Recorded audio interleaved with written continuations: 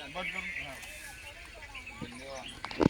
सर्व शेतकऱ्यांचं मी हार्दिक स्वागत करतो नांगो सीड इंडिया लिमिटेड या कंपनीच्या वतीने. आज आपण जो कोबीचा प्लॉट पाहण्यासाठी आलोय तर ही व्हरायटीची सुकीर्ती म्हणून ही व्हरायटी आहे. तर या व्हरायटीचं मेन वैशिष्ट्य काय माहिती का, हिचा नारळी टाईप गड्डा आहे. तो नारळी टाईप गड्डा आल्यानंतर गड्ड्याचा जो कलर आहे तो कलर हिरवा आहे आणि पूर्ण पॅक गड्डा आहे.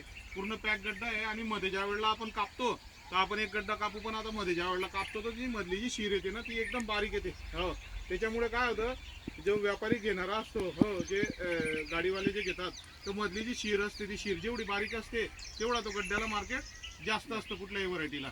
आणि ही व्हरायटी जास्तीत जास्त 50-55 दिवसाची व्हरायटी आहे. आपण प्रत्येक ठिकाणी ही व्हरायटी दिलेली आहे. आता 2-3 दिवसात आमचा पौरला कार्यक्रम होणार आहे या व्हरायटीचा. तर ही व्हरायटी तुम्हाला पावसाळ्यात, हिवाळ्यात, उन्हाळ्यात केव्हाही लावायला चालते. ही व्हरायटीला कुठेच अडचण येत नाही. तर तुम्ही कोणत्याही हंगामात ही व्हरायटी या ठिकाणी करू शकतात. कुठल्याही हंगामात तुम्ही जी ती व्हरायटी करू शकतात. कुठेच काही तुम्हाला या ठिकाणी अडचण येणार नाही व्हरायटीविषयी.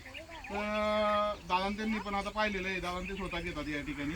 तर तुम्हाला कसं काय वाटली बा, आम्ही तर आमची व्हरायटी आम्ही चांगलीच सांगू.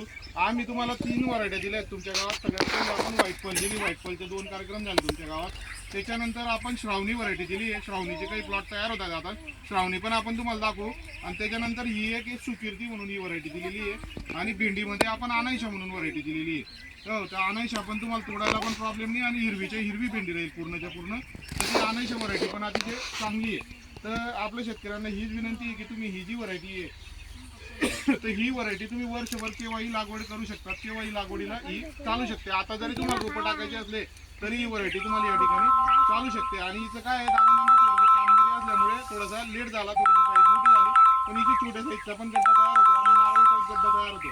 थोडंसं याला लवकर काढायचं, थोडंसं लवकर 50-55 दिवसाचा झाला की काढून टाकायचं त्याला. त्याच्यामुळे तुमच्या गड्डाची साईज जरी छोटी असली पण वजनदार गड्डा येईल. गड्डा जो येईल ना तो वजनदार येईल. 1-1.25 किलोपर्यंत गड्ड्याचं साधारणतः वजन आहे आपल्या सुकीर्तीचं. तर ही व्हरायटी तुम्ही आता जर लागवड करत असले तर बिंदास तुम्ही लागवड करा. जानेवारीमध्ये आता जर रोपं टाकत असले ना तर बिंदास त्या ठिकाणी लागवड करा तुम्ही. तर हेच या ठिकाणी सांगायचं होतं. एक फोटो घेऊन गेला आमचा.